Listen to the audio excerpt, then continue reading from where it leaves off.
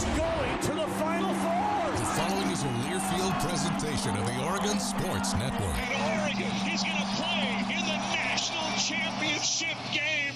Big Ten champions. Big Ten champs. National champions, yes. Oklahoma City bound the Oregon Ducks. Awesome day to be a Duck, man. Boom inside. Touchdown Oregon. He gets loose.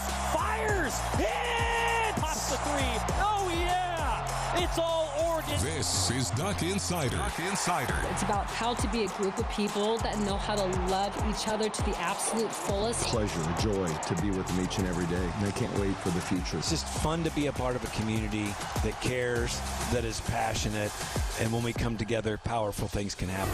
This is Duck Insider on the Oregon Sports Network from Learfield, presented by OnPoint Community Credit Union. People are the point. Now let's go live to the Country Financial Studio to talk Oregon Duck athletics. A lot going on today. We're going to hear from Dan Lanning, his weekly press conference. I'm Joey Mack. We preview Oregon, Wisconsin, a 4 o'clock kickoff at Autzen Stadium. Grateful Ducks celebrating a long time, connection to the Grateful Dead band, and we'll have some fun with that over the course of the week. Also, I just want to note that Halloween is next Friday. Jerry and Georgie are on the show every Friday. We're also going to talk with Aaron Wasson. He is the Senior Associate Athletic Director for Championships and Equipment Operations here at Oregon. Figured it was a good time to talk with the guy that we around here all call Pooh because, well, there's a lot of equipment that goes into the organization of uniforms. And we talked to him for Shoe Duck. Now we get to talk to him again here coming up for an awesome celebration of Oregon and the Grateful Dead, which will be a lot of fun. We'll talk to Pooh about that. Also, fall softball. He is the sport administrator for Oregon softball. They're in action at the Jane here over the next couple weeks still. And Trent Kirsten, Oregon volleyball head coach. He actually talked with Ryan yesterday before traveling because Oregon volleyball plays tomorrow. We'll tell you about that coming up. Women's basketball and men's basketball season is rapidly approaching. The men will play an exhibition at Matthew Knight Arena against Utah at 7 o'clock. That's right. Join us at Matthew Knight Arena on Friday at 7 o'clock. Oregon men's basketball against the Runnin' Utes. A lot to unpack. Dan Lanning, Oregon football head coach, meeting with the media, previewing this matchup with Wisconsin. A lot to get to against what is admittedly a team that Oregon should beat. I mean, look, Wisconsin has not scored a point in 2 weeks. Oregon, I think, got back on track. Found the joy of football again. But that was last week. Now how do they attack this week? Dan Lanning, Oregon football head coach, brought to you by the Willamette Valley Cancer Institute and Research Center. Better cancer care. Close to home. A home game at Autzen Stadium upcoming for the Ducks. Here's Dan Lanning. All right. Good to be back in Eugene. Certainly excited about the opportunity to be in front of our fans again this week. I know they'll have a great turnout. It's good to have a little bit later game as well. I think that'll give us an opportunity to get some more players here to be able to see us also. But ultimately, an exciting opportunity for our players to continue to level up and raise our standard. There's a lot of things that Wisconsin actually does really well. Their special teams play and defensive play has been really good. And you look at offense, they've been affected by injuries. But you watch the film and you're like, well, man, the ball bounced the wrong way on this play. They've just been kind of unfortunate, bad luck on some plays. But you see a team that's capable of having a lot of success. They're really well coached. Got a lot of respect for Coach Fickle and the job that they do. They stress you in a couple different ways. That'll be a good challenge for our team. So excited about this matchup and a chance for our guys to go compete. Gets a little lost in the shuffle because of how the game played out. But I wanted to ask you about the response after the fumble and kind of those 7 plays, the stop on defense and then the big Noah run. Just kind of what that said about this group's ability to bounce back. Yeah, I mean, you don't. We talked all week about starting fast, and we kind of started fast in the wrong direction. But I do think they had good response, and I really like the energy that our team had throughout, and that was kind of a good punch in the mouth really early. But for the guys to come out there and the defense to put out the fire, hold them to a field goal there, and then the offense respond and be able to create a real positive drive, that next drive was a big positive. We saw Brock get the QB2 role again. It seems that Austin and Luke are both healthy, but what's given him that role over them? Yeah, just over time, he's done a really good job in practice. He's operated well.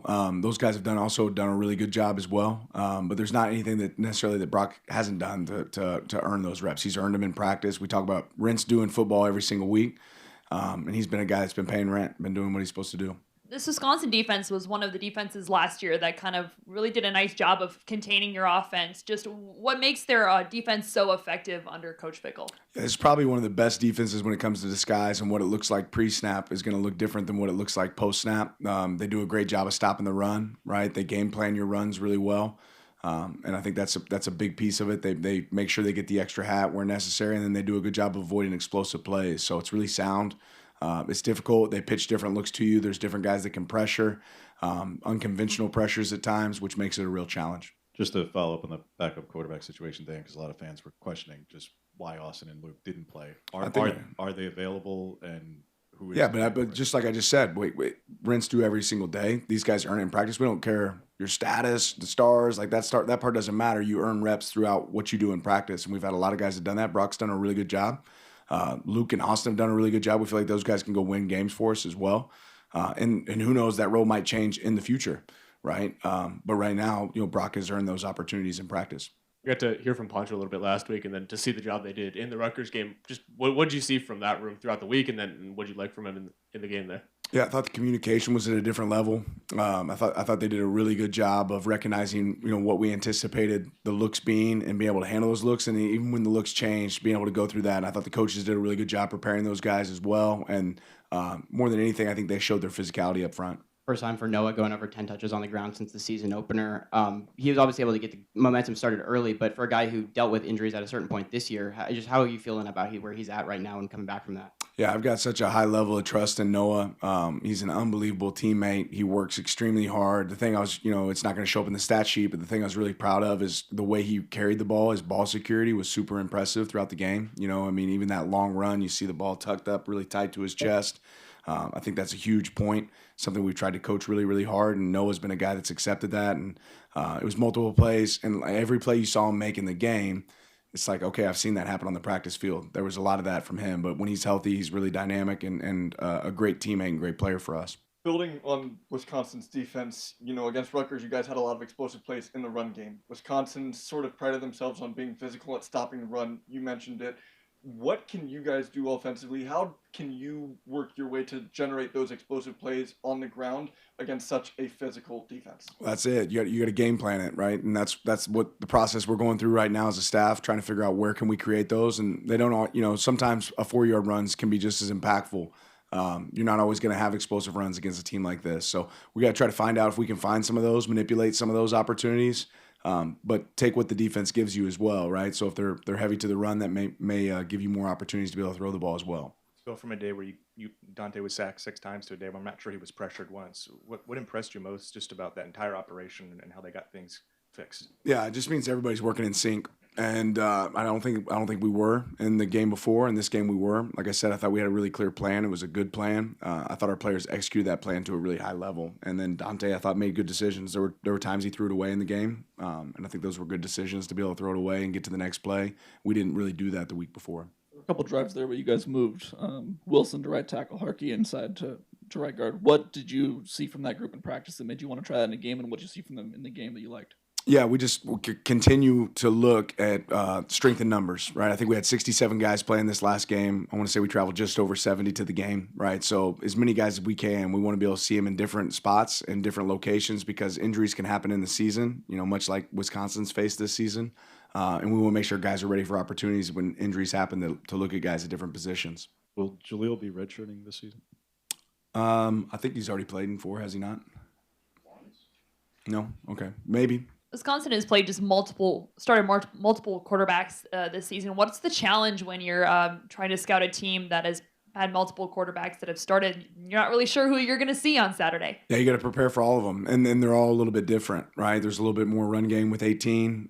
It's a little bit different offense with each, but they do have an identity in what they try to do, regardless who's in there. So we just have to be aware of which guy's on the field and what it looks like.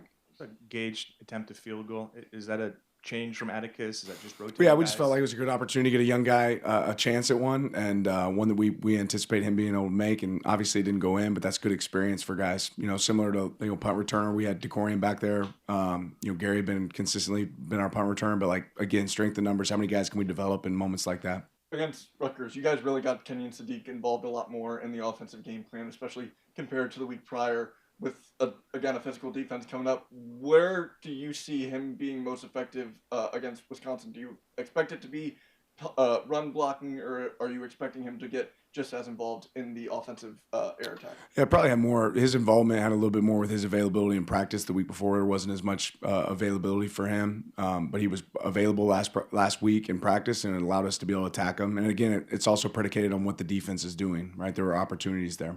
You mentioned being able to get the young guys opportunities, and for a guy like Naeem Alford to be able to lead the cornerback room in snaps, how big is that opportunity where it comes later in the season and in conference games instead of just at the beginning where you're playing the non-con and stuff like that? Yeah, Naeem's a great example of a guy that's been developing over time and getting better and better, and where he might have not have been completely ready at the moment as the season started, he's gotten better and better, and he had a great week of practice. And it goes back to everything I've said this entire time of when you perform in practice, you get opportunities in the game, and he performed well in practice this past week. Jaden Lamar did not travel to this game. Curious if you can offer an update on him. Yeah, he's out. He's going to be out for a little bit, but I don't anticipate it being a really long time. This week's kind of just unique in that there's a lot of attention kind of around the jerseys and your guys' collaboration with the Grateful Dead. Just when you were presented with that idea, when you found out that it was going to happen, just what do you first just remember about that, and how familiar were you with the Grateful Dead? How more familiar are you now with it in this area? Just what has your experience kind of been like leading up to this? Yeah, I'll tell you that the jerseys don't look like they initially looked. We changed that, so you could just imagine a one at a different level, and it's been toned back a little bit. But exciting to have that opportunity when you start to dig into the history of the Grateful Dead playing over 20 shows here, their involvement with the university, how it created revenue. Obviously an innovative, right? Think outside the box group, and what they were able to do here in the Eugene community is pretty cool. So I'm gonna have to spend some time to listen to them. I haven't done a good job of that yet, so maybe I can turn that on my late drive home tonight. When an opposing offense is struggling a bit, mainly due, as you said, Dan, to injury, they're opening the door even to playing a true freshman potentially for the first time at some point. How do you go about defining what success looks like, and even preparing for that a bit? You touched on it a little bit earlier with the quarterback bit, but like last year with Purdue, for example, like they were also dealing with injuries, also potentially multiple quarterbacks, different play caller. How do you try to define success and what it looks like when there's just a lot of moving parts there? Yeah, success for us is defined by our standards, right? It's not as much about the opponent. It's about our expectation for our level of play, regardless of who goes out there. And again, like in a game like this, you might have to have multiple answers and multiple rules. When you play a game, you don't know exactly what you'll see. More on Aaron's question. Have you been able to acquire some articles of tie-dye in your time in Eugene? I think I got one tie-dye shirt. Not often. I think that Coach Lanning will probably be adding some tie-dye apparel to the closet this week. Just a thought. Just a guess. Call it an educated guess. We're going to come back, and on that note, we'll ask Pooh Wasson when the last time is that he had tie-dye on. We're going to find out from the expert on the Oregon Sports Network from Learfield. Dear Truckin' Awesome, Toyota Tundra's got heart-pounding horsepower. Tacoma is one rugged ride, and the 4Runner is tough as nails. Truck yeah. Find yours at Toyota.com. Toyota, let's go places. As a local community credit union founded by teachers, OnPoint is committed to supporting the students and faculty at the University of Oregon. And on game day, we're right there with you, on the field, in the bleachers, and in the classrooms. Drop by one of your local branches today and discover the many ways OnPoint can help support your financial well-being. OnPoint Community Credit Union. People are the point. Federally insured by NCUA. Equal housing opportunity. Dear Truckin' Awesome, Toyota Tundra's got heart-pounding horsepower. Tacoma is one rugged ride, and the 4Runner is tough as nails. Truck yeah. Find yours at Toyota.com. Toyota, let's go places. Duck Insider continues after this timeout on the Oregon Sports Network from Learfield. Put your phone on D&D, that means that do not disturb when you're driving. And when you're going from point A to B, I need you to stay safe, please, so always sing with me. So put your phone on D&D, that means that do not disturb when you're driving. And when you're going from point A to B, I need you to stay safe, please, so always remember this beat. Don't drive distracted. A message brought to you by the National Highway Traffic Safety Administration, Project Yellow Light, and the Ad Council. we asked parents who adopted teens to share their journey. When I met both of them, it was like my missing pieces were found. Like it was just like an instant, these are my kids.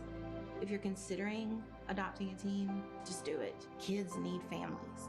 I don't care the age, everybody deserves a family. Learn about adopting a teen from foster care. Visit adoptuskids.org to learn more. A message brought to you by Adopt US Kids, the U.S. Department of Health and Human Services, and the Ad Council.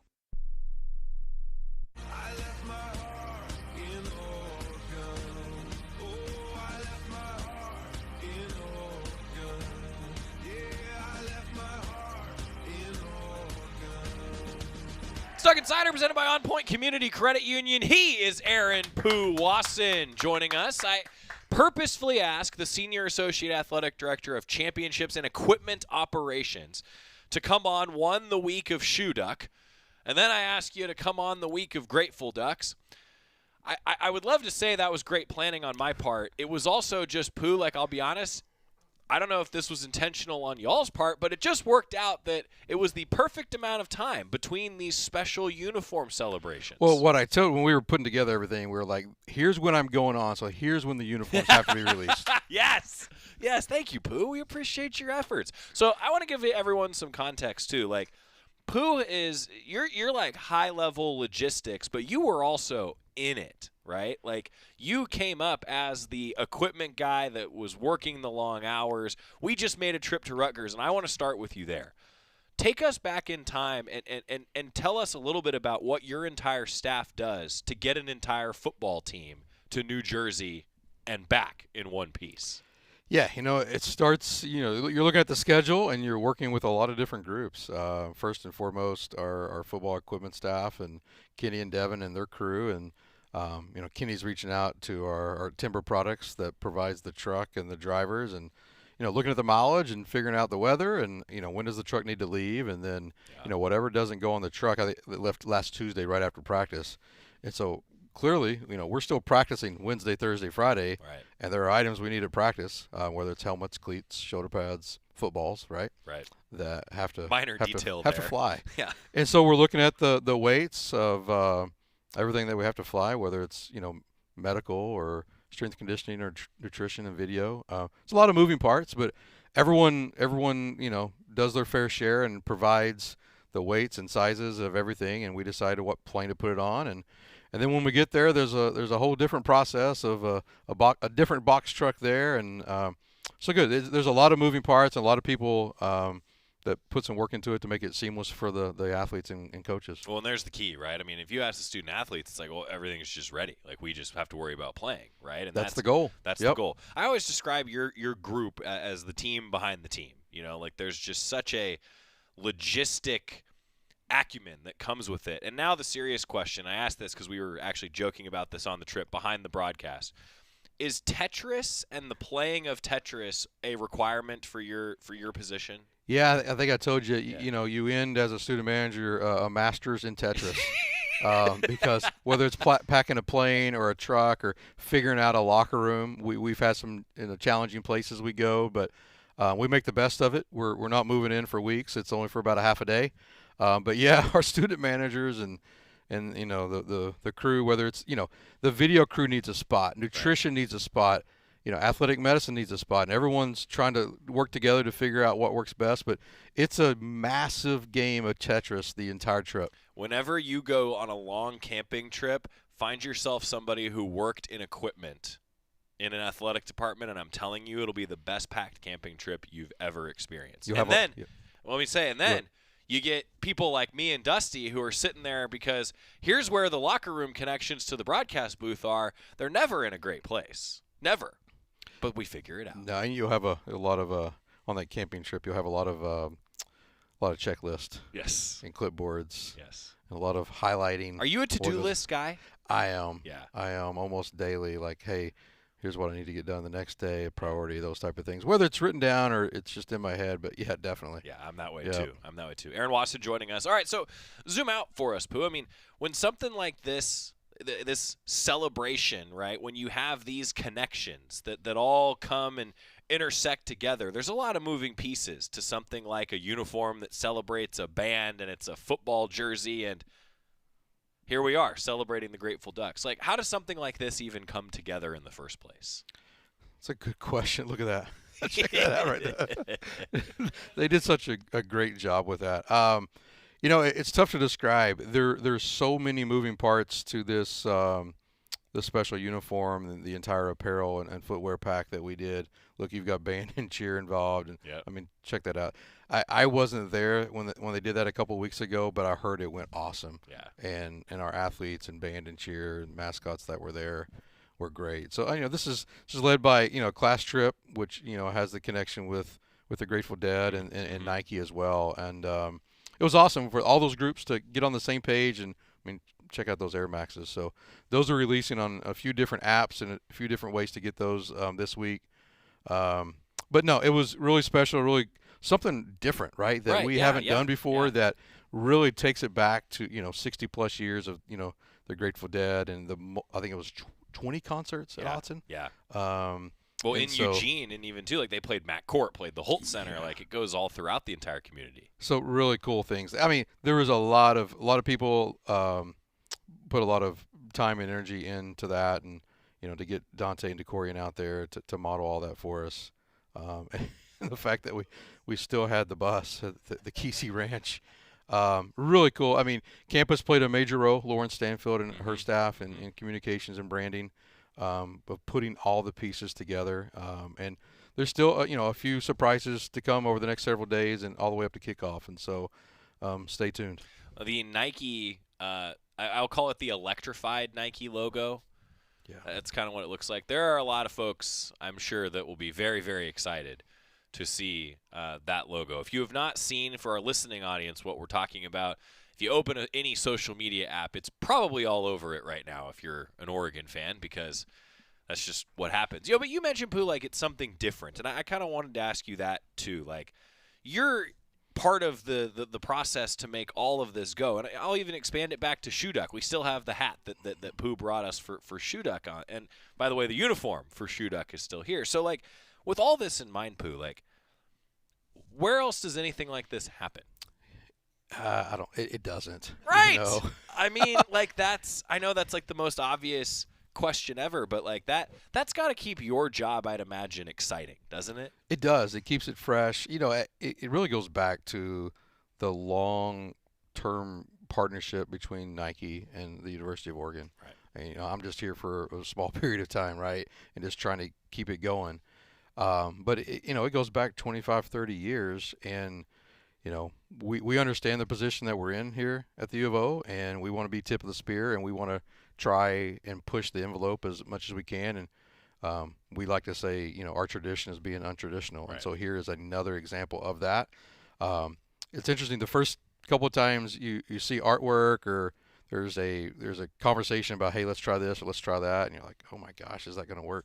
Right. And you know, this is what we come up with. It always does, doesn't it? It always figures itself out. How does it do that? Pretty amazing, because we have some really talented people here to make this make it happen. Talented people. I'm pointing with my finger, not my thumb. Right. There is a entire group of people that help put all this together, and it's pretty special. Well, and Coach alluded to it even in his press conference that y'all just heard either last night or just last segment on the show. Like, there are different iterations, right? That these things go through processes. And you're laughing as I say this, Pooh. Like, I was curious because he said that, like, you know, there's all kinds of different things. And, you know, I got to say, like, no matter what, it always goes through these different iterations and versions, if you will. But a tie-dye number on a black uniform, it sure looks the part to me. Yeah, and I think I've shared this before, but, you know, it starts with Nike's designers and our student athletes sitting down and talking about different things that they want to see. And then, you know, Nike's designers go to work and bring it to us, and then go back and forth with the student athletes. And eventually, you know, Kenny Farr will get it to Coach Lanning and get his sign-off and thoughts. And then, so we go back and forth a little bit, and this is what we ended up with, which I think is excellent.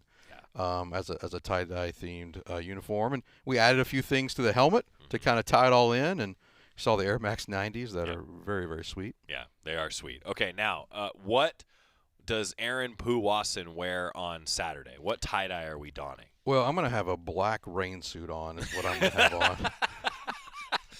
Maybe the shoes, but probably some Gore-Tex black shoes. I'm with you. So to clarify, that would be monsoon gear because it never rains at Autzen Stadium. Yes. Oh, yeah, sorry. I'm going to have my monsoon gear on. Yes, and only ever, and honestly, I know we joke about this, but I'm just going to, break the fourth wall for everybody here for a second. Doesn't it seem like every time it rains at Autzen Stadium, it's actually ridiculous? Yeah. It doesn't rain very often, and when it does, it's a storm. What was the Cal game 10 or 12 years ago? Waterfalls down the stairs. When you moved here from Kentucky, when you saw that, were you like, whoa?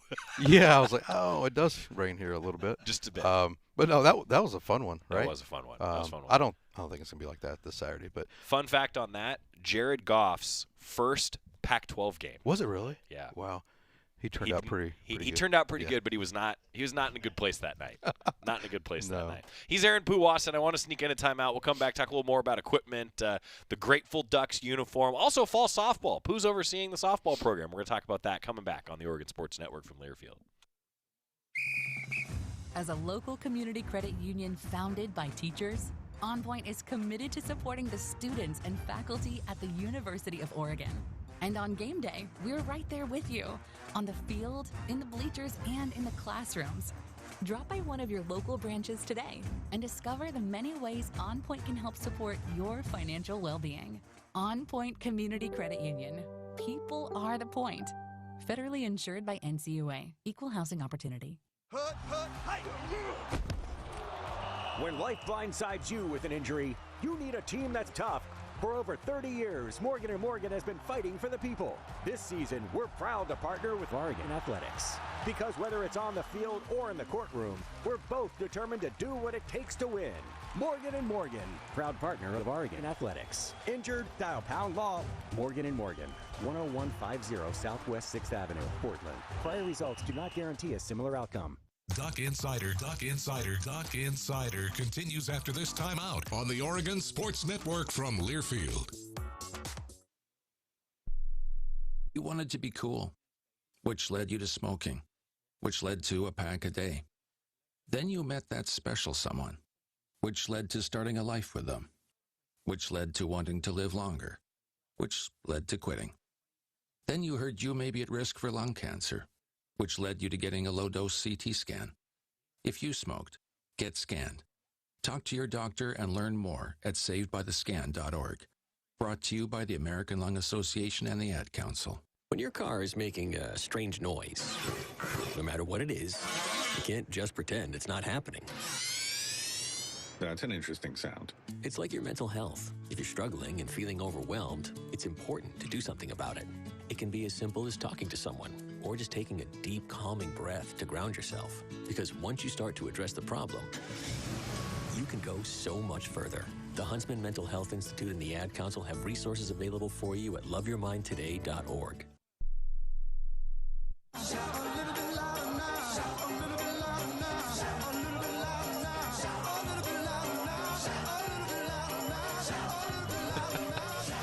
So we're talking about, the weather, as people do. Already got a few notes on Facebook like, unfortunately, it is supposed to rain. And then Cindy mentioned, I stayed for the whole monsoon game. That's kind of become, that Cal game's known as the monsoon game now, Pooh. Monsoon game. I like it. I remember it. Yeah, it never rains at Autzen Stadium, but it does monsoon. So Steve agrees with me. It can do that. So with that on my mind at least, like it's nice to have a turf field like at Jane Sanders Stadium then when you get some wet weather, right? Yeah, they were able to play through some of it this past weekend, and we've got 2 more dates of fall games. Western Oregon tomorrow night, 5:30, 10-inning game. 10-inning game. Yeah, weather looks great. Great. And I plan on going out there and checking out the team. I talked to Coach Lombardi last night and really excited about how the team's coming along. Added some transfers, getting some pitching depth, which is really exciting. And then Sunday, play Oregon Tech at noon. And so there's a toy drive on Sunday. There's an animal aid drive tomorrow. So anything pet-related, toys, food, those type of things, leashes tomorrow night. And then toy drive on Sunday. Cool. Yeah. So more details, by the way, on GoDucks.com. The initial, like if you click on the softball section, the head story is kind of everything that goes on in fall ball. And it's now really, it's become a tradition for this softball program to do some sort of support for a local group, charity, whatever it may be. And I'm glad that you mentioned that, Pooh, because that I think that sort of community involvement. I mean, we talk about like the community that can come when you do a celebration with the Grateful Dead for a football uniform, right? But this is kind of that other side of it. Like this softball program just likes giving back to the community. Yeah, and the really cool thing about it that people may not understand is the athletes decide what are they going to focus on each year, and there's a group of them that lead each game, and they run it from A to Z. They collect the items, donate it to wherever they need to donate it to, help out with the marketing and publicity of it, and so it's really good like experience for them to handle that. But it's something that Coach Lombardi's been doing every year since she's been here around the fall ball games, and so it's fun to be a part of that. It's a cool thing. Yeah, you mentioned the team too. Like just a quick note there, a lot of returning faces on this team, and then supplementing with some great new players. I think there's a lot of excitement building for this softball season. Yeah, a lot of excitement. We're getting really close to finalizing the schedule for the spring. That will be coming out here shortly. I think we're in the middle of renewals right now with tickets, and so lots of excitement. I think right after the first year, you'll start seeing some preseason polls, and we're gonna be sitting really good on those preseason polls. Really excited about the future of the program. Yeah, just a Big Ten championship trophy sitting in there. That's not bad. 1 of 8 last year, by the way. Yeah, and I should mention the Big Ten trophy. So the team's getting recognized at the football game this Saturday. Cool. They know this. They're getting their rings, Cool. College World Series and Big Ten, and then there's 3: Kedri Lushar, Kai Lushar, and Paige Shinicki are all academic All-Americans. Nice. And so they're going to see their names engraved in the floor of the Jaqua Center on Friday night. So that's really, really special. Boy, I want to say that again. Like 3 student athletes from one team, all academic All-Americans, and their names are now forever engraved in the Jaqua. I tell you, like, I've talked to Rob Owens about this, Pooh, before. Like, that might be one of the, if not the greatest, it's one of the greatest accomplishments, and I think it's one of the greatest celebrations that we do whenever somebody accomplishes that goal. It's pretty special to come back years later, see that at the Jaqua. It's a heck of an accomplishment.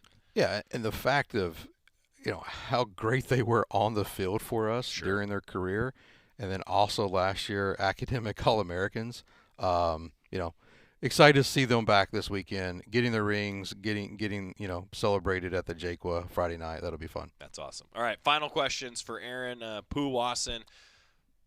It's going to be a busy weekend. I imagine that there will be a lot of excitement around this. Is it like what you anticipated from an excitement level? Like, can you put that into words when you start to plan and like figure this stuff out? But now that we're in the week, what does it feel like for someone like you? Well, I'm always excited as we're doing the planning, and then it's fun that everyone else gets to enjoy that excitement with us. Right, yeah. Because, we're working all, well ahead, and then it's like we're trying to get to Sunday morning, in this case, of getting that uniform released, and like, all right, everyone else can celebrate with us. We can see it now. Exactly. Woo! And so, no, it's a lot of fun. There is a lot of options out there to purchase either at the Duck Store or on Fanatics or Nike.com. Not only the footwear, but there's T-shirts and hoodies and hats if you want to join in with us. So really, really, really fun. A little bit different, but a lot of fun. Really cool. Aaron Wasson, anything else fans should know? What did we miss today? Go Ducks. I like it.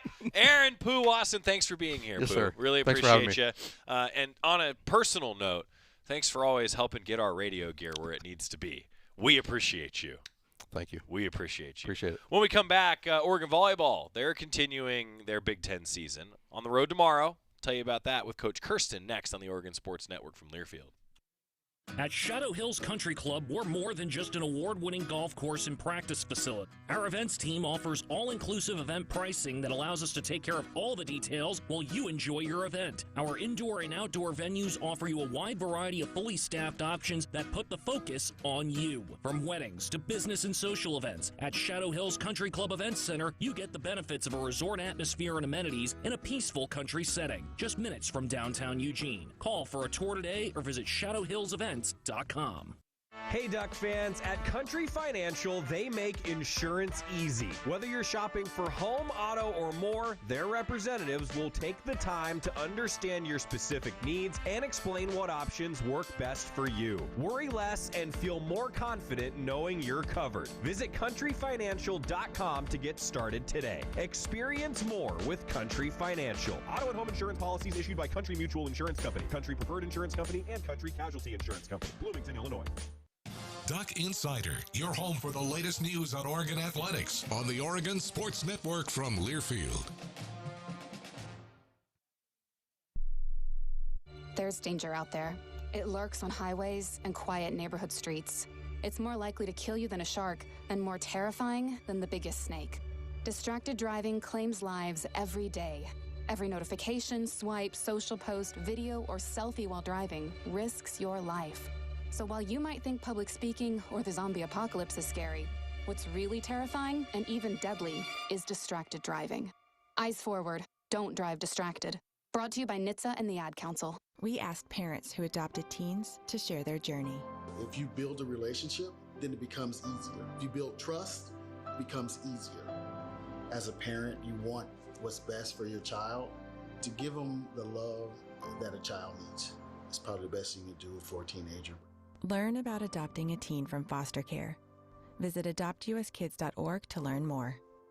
A message brought to you by Adopt U.S. Kids, the U.S. Department of Health and Human Services, and the Ad Council.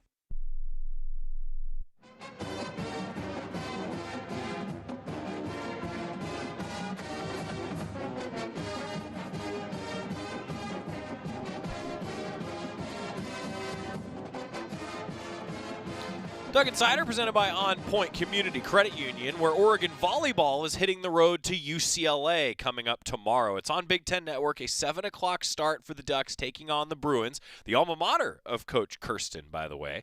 And his Ducks are seriously enjoying a heck of a season right now. I mean, against Minnesota, a ranked win on Friday for Oregon Volleyball, and a very competitive match against the defending national champion in Penn State. You want to win every match. I get that. But I think this team, again, the tournament started today. I think Oregon's in. I think Oregon's comfortably in. Now it's okay. How does Oregon stay in that conversation, peak at the right time? Well, because the Ducks are traveling today, Ryan sat down with Coach Kirsten yesterday, talking Oregon Volleyball with head coach Trent Kirsten.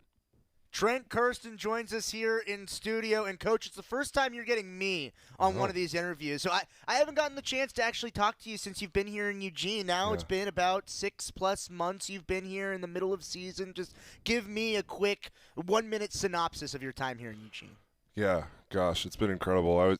I told Val, our deputy AD, the other day. I was like after our match against Minnesota, and we're all super excited. I'm like, it's been a long 3 weeks to make that one happen. And then I rephrased, and I was like, it's actually been a grind of about 8 months to make that happen, And so, gosh, I'm so appreciative of the community and welcoming my family and this new team. And the summer was just incredible up here, and getting to be a part of something that's just represents such athletic excellence in so many different ways and allows you to challenge yourself as far as how you're developing athletes, and you have so many different resources and stuff like that. It's just been a blast, and I'm really excited to be a part of it. You mentioned the community, and this weekend it felt like the community was on full display. Yeah.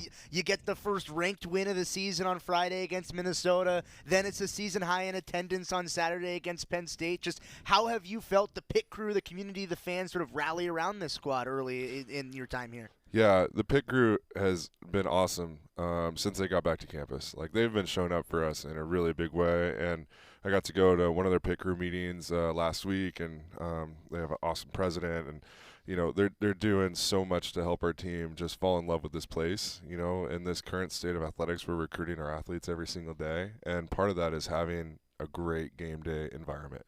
Like, people want to play in front of a crowd. People want to feel that support, and I think everyone from season ticket holders to our student section really showed up for our match against Penn State season high.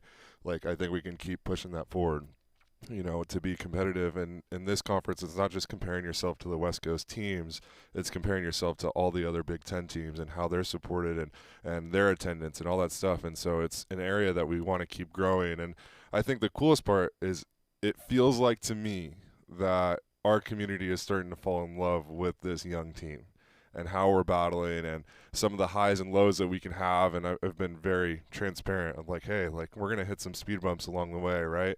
But we're also going to have some moments where we're beating a top 20 team, and how cool is that for a team that's so young that was put together, 6 months ago? It felt like it was one of those moments this weekend against Minnesota specifically, a top 18 team coming into Matthew Knight Arena, the first ranked win for you as a head coach here at Oregon. Just what went into that win against Minnesota? How'd your team get it done? I think as this team has matured through the year, their level of execution and just their gas tanks have expanded on what they can execute on, right? So the start of the year, hey, here's a couple things.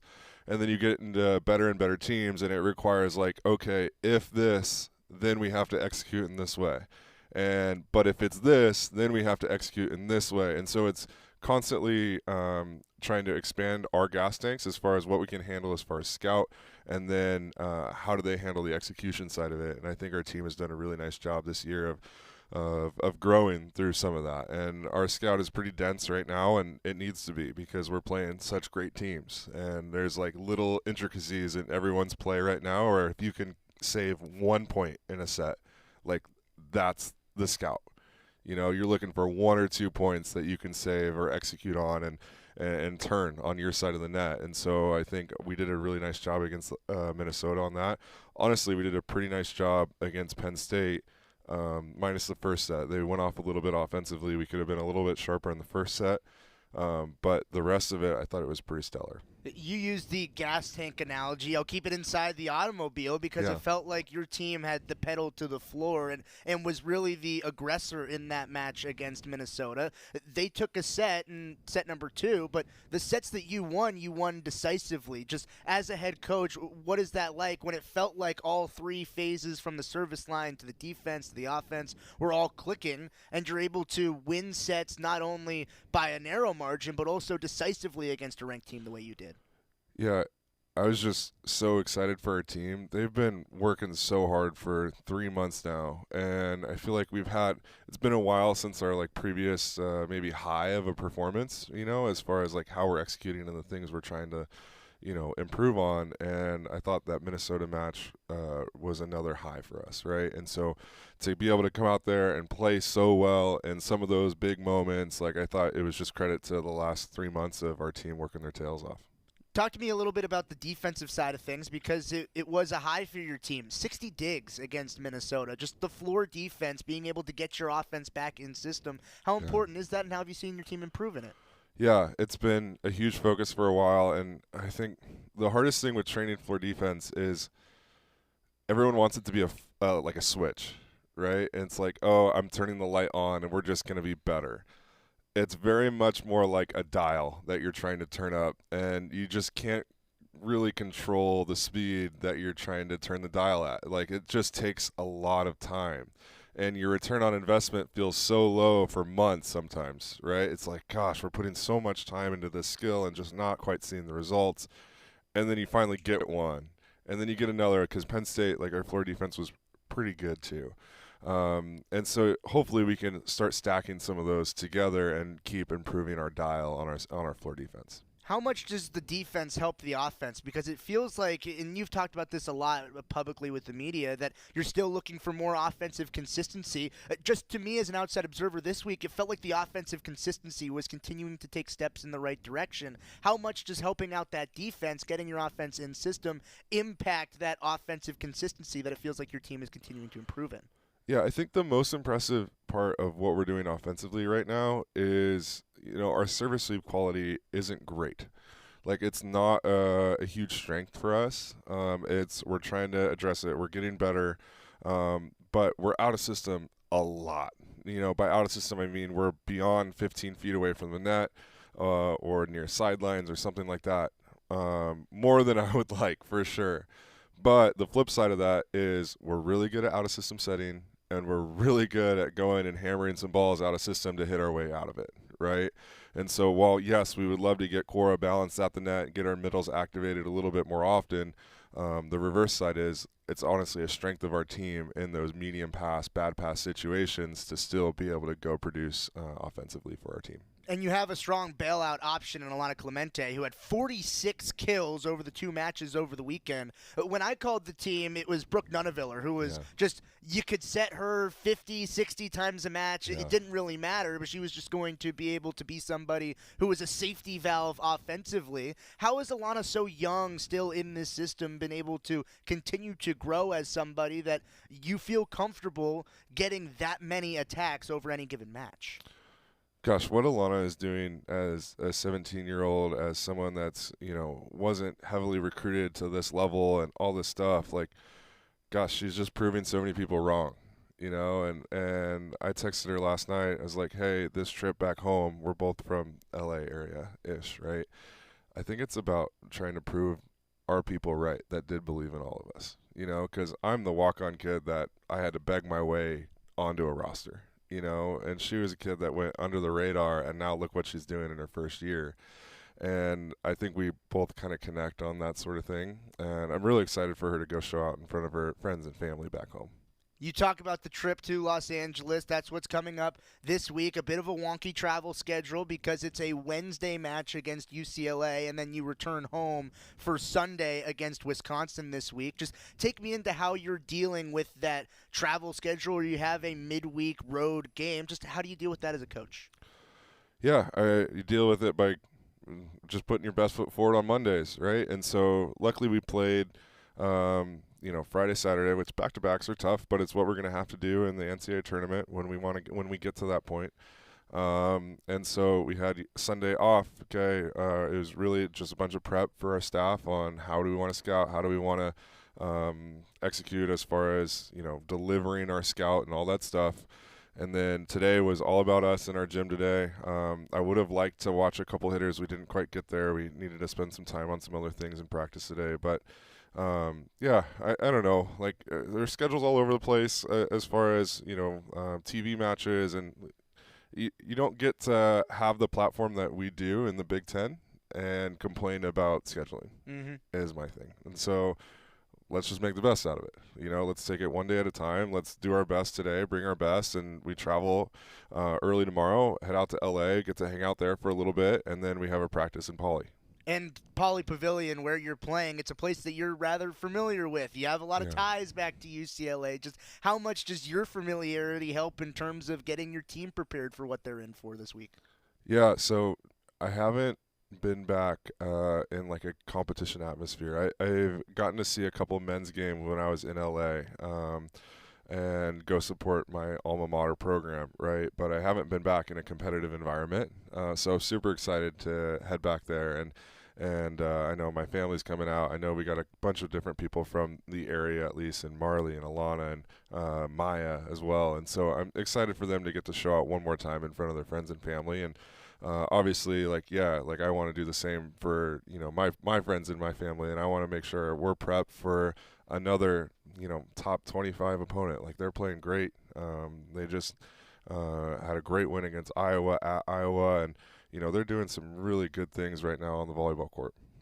Trent Kirsten with us. Just what is it going to take? You mentioned a little bit about UCLA, but what's going to take from your squad to counteract what they do well in order to continue some of this positive momentum that Oregon's building? Yeah, a lot of the same. I think this team grew a lot in the overall volleyball play. Maybe not in any one skill, but definitely grew in floor defense, like we talked about. Definitely grew in our hitter coverage, and we were able to produce some points out of that, which was a big focus last week. I think we need to continue to work on finishing plays, specifically in long rallies. Like, how long can we execute through a long rally? Usually, there's one or two people that get a little bit off at the end of that long rally, and the ball kind of has eyes and finds that person right now. And so can we execute for longer? Can we be better for longer? We don't need to be elite for a short period of time. We want to be better for longer. I think that's going to be a big challenge. I think they have some matchups in the middle that are going to be challenging for us, and we're going to have to scheme a little bit with our block. And at the end of the day, they've got some physical blockers and a couple really great outsides. Wednesday on the road against UCLA, then back returning home on Sunday against Wisconsin. What else should fans know before we let you get out on the road this week? Yeah, I think the number one thing is I hope our fans in our community come and support us on that match. I hope they also come and celebrate Mimi's coming back to Eugene for the first time. I think it's a short-term thing to be mad that Mimi left. It wasn't her fault that there was a coaching change, okay? I think what she accomplished here as a Duck should be celebrated, and I hope everyone comes back and celebrates that moment for her coming back to Eugene. And then, obviously, we want to compete at a high level, and we want to beat them, right? Like, that's the flip that we're going to switch, and we're going to give them our best shot. They're a really great team again, and so that's the arena that we're in the Big Ten. I think 12 of our last 14 matches are top 40 opponents. And so we get to play a bunch of really great teams, and we are ready to step up to some of those challenges. And obviously you saw that against Minnesota, and really Penn State I thought we played pretty well too. I think that's great perspective, and I'm glad you mentioned that with Mimi Collier being back as part of Wisconsin because of what she put in here as a Duck. Once a Duck, always a Duck, we always say, and we always appreciate it. Coach, best of luck on the road. Go get a win over your alma mater, and then we'll see you back here on Sunday. Awesome. Sounds good. Thanks, Coach. Good stuff with Trent Kirsten talking with our Ryan Milano yesterday as the Ducks get ready to head to UCLA. When we come back, looking ahead to Oregon football against Wisconsin. Keep it here on the Oregon Sports Network from Learfield. As a local community credit union founded by teachers, OnPoint is committed to supporting the students and faculty at the University of Oregon. And on game day, we're right there with you, on the field, in the bleachers, and in the classrooms. Drop by one of your local branches today and discover the many ways OnPoint can help support your financial well-being. OnPoint Community Credit Union. People are the point. Federally insured by NCUA. Equal housing opportunity. We know you turn to the Duck Store for all your game day needs. And for students at the University of Oregon, it's even more. Class supplies, jobs, a seat on our board, a place to take a quick coffee break. Because we're your student-first, non-profit college store, every purchase you make directly supports the very community we serve. From working in our counters to studying in the classroom, from directing our stores to cheering in the stands, the people we serve, the students, are the very people who are the Duck Store. This is Duck Insider. Duck Insider on the Oregon Sports Network from Learfield. You say you'd never give in to a meltdown and never fill your feed with kid photos. You say you'd never put a pacifier in your mouth to clean it and never let them run wild through the grocery store. So when you say you'd never let them get into a car without you there, no, it can happen. 1 in 4 hot car deaths happen when a kid gets into an unlocked car and can't get out. Never happens. Before you leave the car, always stop, look, lock. Brought to you by NHTSA and the Ad Council. Let's take a moment to breathe. Deep inhale. Extend your spine. Remain focused on what you're doing. If safe to do so, exhale slowly, leaning to one side. Inhale back to center. If safe to do so, exhale slowly to the opposite side. Find mental health resources at loveyourmindtoday.org. This message is brought to you by the Huntsman Mental Health Institute and the Ad Council.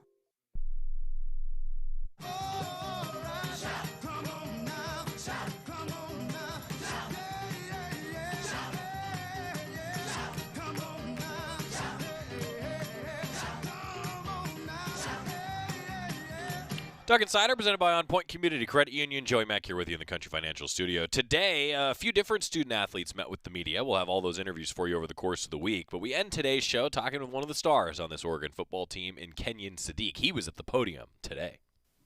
How did that first half feel for you personally? Obviously, got in the end zone twice, a couple tough catches, just your personal experience there at New Jersey.